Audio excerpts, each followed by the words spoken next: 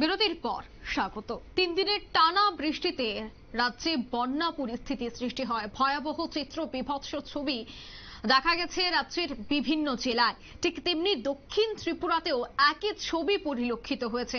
বহু শরণার্থী ক্যাম্প তৈরি করা হয়েছে, বহু মানুষ ঘর ছাড়া। আজ বন্যা পরিস্থিতি খতিয়ে দেখতে দক্ষিণ ত্রিপুরা সফরে যান মুখ্যমন্ত্রী মানিক সাহা। সফর করেন বিলোনিয়া, শান্তির বাজার এবং অমরপুরে। বন্যা কবলিত এলাকা তিনি ঘুরে দেখেন। মুখ্যমন্ত্রীর সফরকে ঘিরে ব্যাপক তৎপরতা পরিলক্ষিত হয়েছে প্রশাসনের। কি বলছেন মুখ্যমন্ত্রী এই পরিদর্শনকালে শোনাচ্ছে।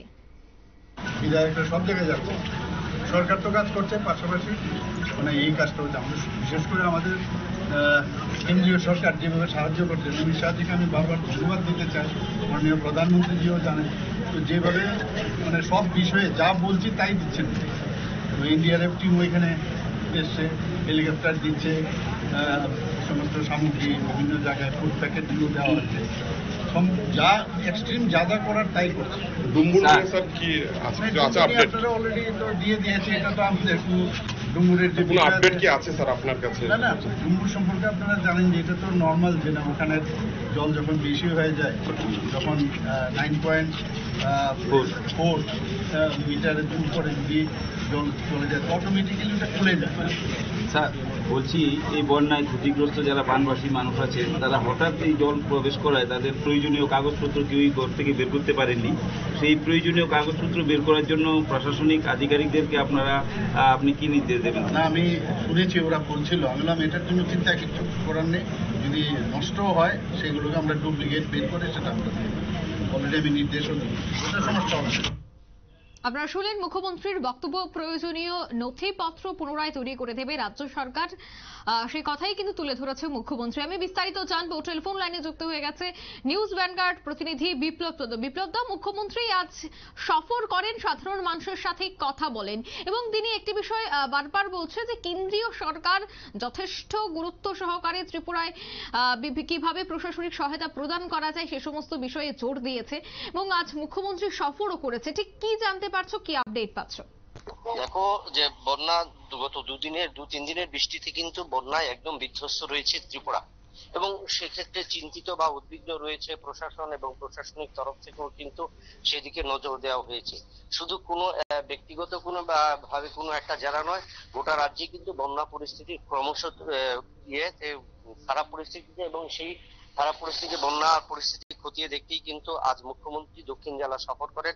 এবং দক্ষিণ জেলা সফরে তিনি বিশেষ করে গোমতী যে জেলা রয়েছে, গোমতী জেলার যে সিচুয়েশন রয়েছে, যে অবস্থা রয়েছে, সেই অবস্থা কিন্তু সরজমিনে খতিয়ে দেখবার জন্য তিনি সফর করেছেন।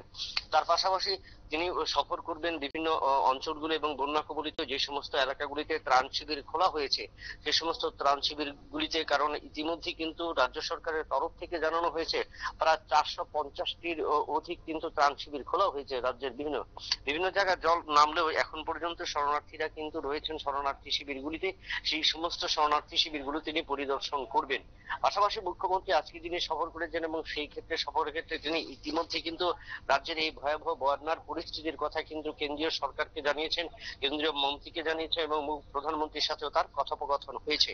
সেই অনুযায়ী কিন্তু মুখ্যমন্ত্রী আশ্বস্ত করেছেন যে সেই ক্ষেত্রে রাজ্যের যে ভয়াবহ বন্যা পরিস্থিতি রয়েছে, এই বন্যা পরিস্থিতির ক্ষেত্রে তিনি মোকাবিলা করবেন, এবং সেই ক্ষেত্রে ভারত সরকার ও ত্রিপুরার দিকে নজর রেখেছে।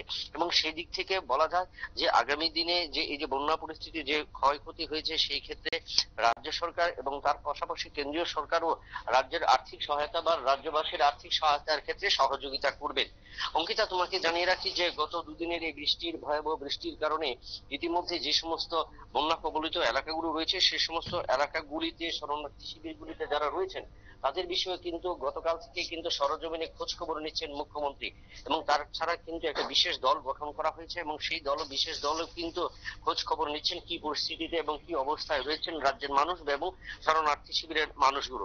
তাদের কাছে ত্রাণ সামগ্রী পৌঁছচ্ছে কিনা বা ঠিকমতো তাদের কাছে পানীয় জল এবং ঔষধ বা অন্যান্য প্রয়োজনীয় সামগ্রী দেওয়া হচ্ছে কিনা সে বিষয়ে কিন্তু মুখ্যমন্ত্রী খোঁজ খবর নিচ্ছেন এবং বিশেষ যে একটি দল রয়েছে সেই দলটিও তাদের কাছে সাথে কাজ করছেন।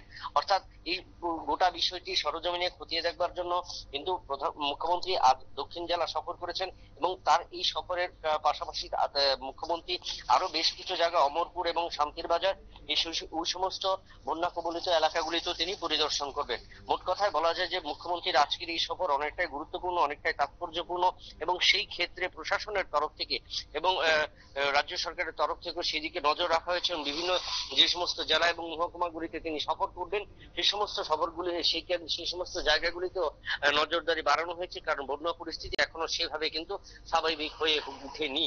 তাই সাধারণ মানুষের কথা যেভাবে রাজ্য সরকার চিন্তা করছেন এবং তার পাশাপাশি মুখ্যমন্ত্রী এবং তার আরফা দপ্তরের প্রশাসনের তরফ থেকেও সমস্ত বিষয়ের উপর নজর দেওয়া হয়েছে। জেলা শাসক, মহকুমা শাসক প্রত্যেকেই কিন্তু এই বন্যা পরিস্থিতি খতিয়ে দেখার জন্য, তার পাশাপাশি মানুষের যেন কোনো অসুবিধে না হয় সেদিকেও কিন্তু নজর দিয়েছেন এবং সেক্ষেত্রে মুখ্যমন্ত্রী আজকের এই সফর অনেকটাই তাৎপর্যপূর্ণ বলে মনে করা হচ্ছে। ধন্যবাদ বিপ্লব দা। অর্থাৎ মুখ্যমন্ত্রীর সফরকে ঘিরে প্রশাসনিক তৎপরতা পরিলক্ষিত হয়েছে। তিনি বিভিন্ন ত্রাণ শিবির ঘুরে দেখেন এবং রিলিফ ক্যাম্পে কত লোক রয়েছে, তারা সকল সুযোগ সুবিধা পাচ্ছেন কিনা সে সমস্ত বিষয় তিনি জানার চেষ্টা করেন। পৌরপিতা শীতলচন্দ্র মজুমদার ওনার সাথে উপস্থিত ছিল। প্রশাসনিক আধিকারিকদের নিয়েই তিনি সফর করেছেন।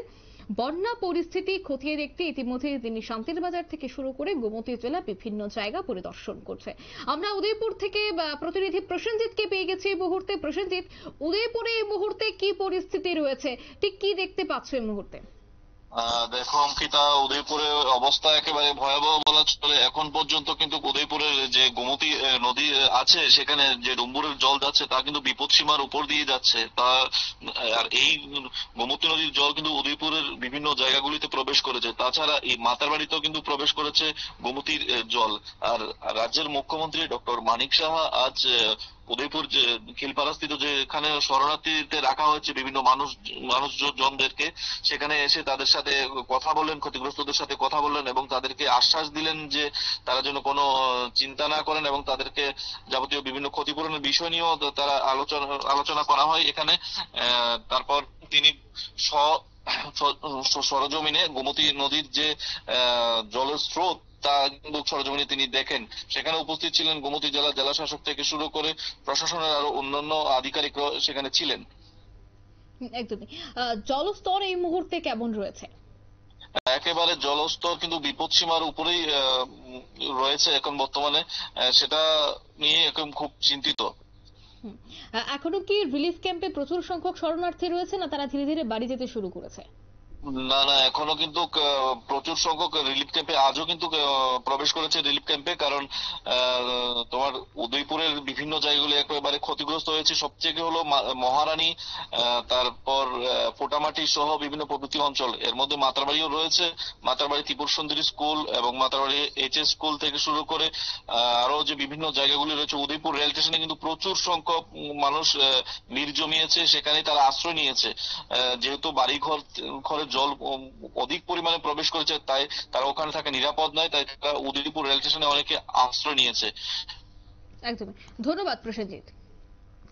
অর্থাৎ মুখ্যমন্ত্রীর সফর আজ ছিল গোমতী জেলায়, এছাড়া শান্তির বাজার সহ বিভিন্ন জায়গায় তিনি পরিদর্শন করেন। ঠিক কেমন পরিস্থিতি রয়েছে তা জানার চেষ্টা করেন, কেননা কয়েকদিনের বৃষ্টিতে দেখা গেছে গোটা রাজ্য জলমগ্ন, সকলের বাড়িঘরে জল প্রবেশ করতে শুরু করেছে। বন্যা পরিস্থিতি ঠিক তেমনি গোমতী জেলা থেকেও কিন্তু ঠিক একই ছবি উঠে এসেছিল। নিয়ে নিচ্ছে ছোট্ট একটি বিজ্ঞাপন বিরতি, সঙ্গে থাকুন।